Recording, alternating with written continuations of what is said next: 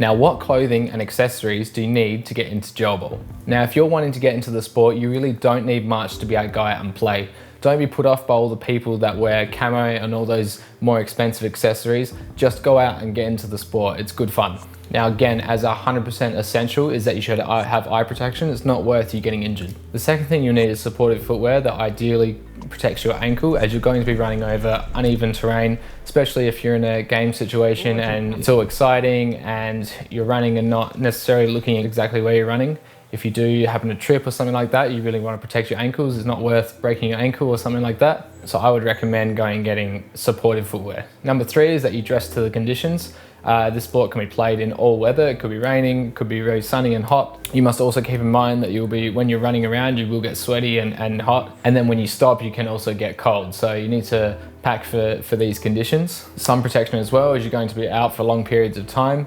I would wear a hat to also protect you from the sun, and pants and a long sleeve shirt is probably a good idea, especially if you're rolling around in the dirt and you don't want to get scratched or anything like that. And lastly, very important one is hydration. Since it could be really hot and you're running around, you're going to be drinking lots of water.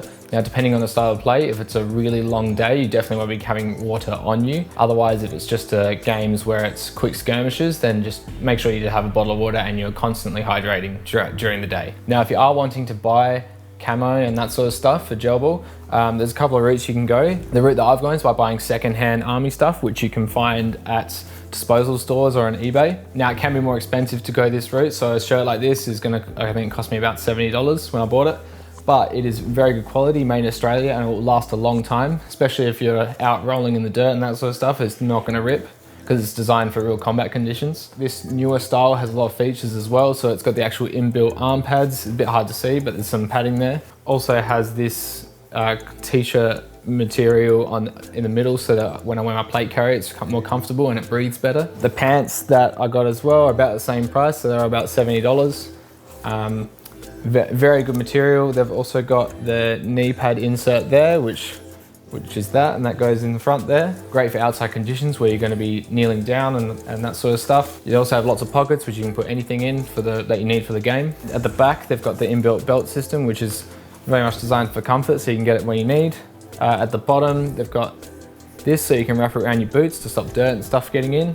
And in this front pocket here, they've got this pull system so that you can actually pull the knee pad up and down. I've also got some of the older style Australian camo, which is again found from a disposal store. This is a bit cheaper as it's the older stuff, but it's still really good for sun protection and very good quality material. So when you're rubbing against trees and down in the dirt, this will definitely hold up. Now, if you did want to go a cheaper route, you've got this style, which is more of an airsoft style. It's made for airsoft rather than for the military. It's not of the same quality material, but still offers you the same functionality. So for example, it's got the hole for the arm pads right there. It's got the t-shirt middle, so for example, wearing something over the top.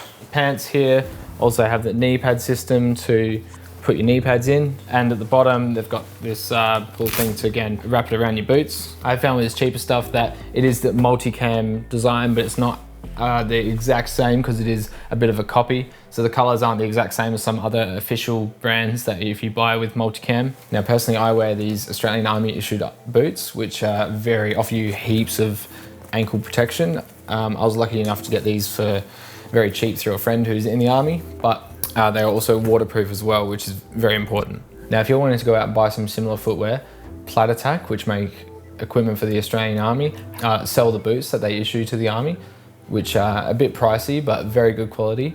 A second option, if you don't want to spend that much money, is to get boots from 511 Tactical. They have good quality boots that are designed for law enforcement and military, so you know they're going to be good quality. Otherwise, if you can't afford that, just make sure you've got shoes that offer good ankle protection. As for eyewear on game day to carry all my stuff is this Condor Sentry plate carrier.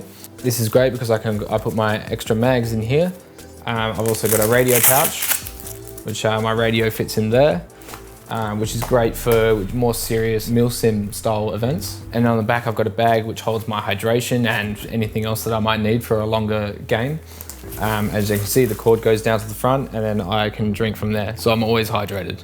Now to keep, for this plate carrier to keep its shape without actually having proper ballistic plates in there, I've got, I just cut some foam, which I got from, I think it was Clark Rubber. It was very cheap, it was just like a floor mat style foam, and I just cut it to the shape of the plate carrier. Now there are other styles of rigging systems that you can use to be able to hold mags and that sort of thing. Some are cheaper than others. Now you can go to a gel blaster store and buy a plate carrier or a chest rig or some sort of rigging system.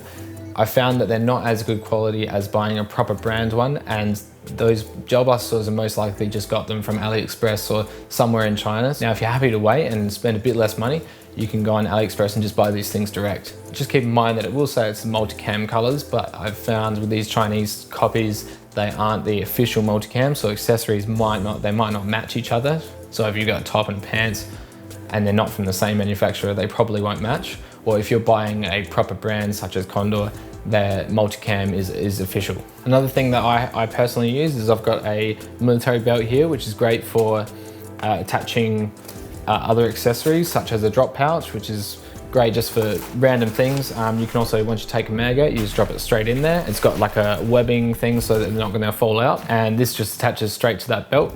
These belts are about 20 bucks, so they're not that expensive. The gloves that I use are the Mechanix M-Pact. I got these from Bunnings, they're the MultiCam variant. Gloves are a good thing to get, especially if it's cold. You'll be going on all sorts of terrain and up against structures and that sort of thing, so it offers your hands a bit of protection. In the description below, I'm gonna put a list of all the stuff that I use. If you are interested in getting any of this gear, I find it works really well for me and it's all good quality stuff. Now I hope this was enough information for you to make some decisions on what you wanna go out and buy. I'll get around to answering any questions that you ask down below. Subscribe and keep a lookout for future videos.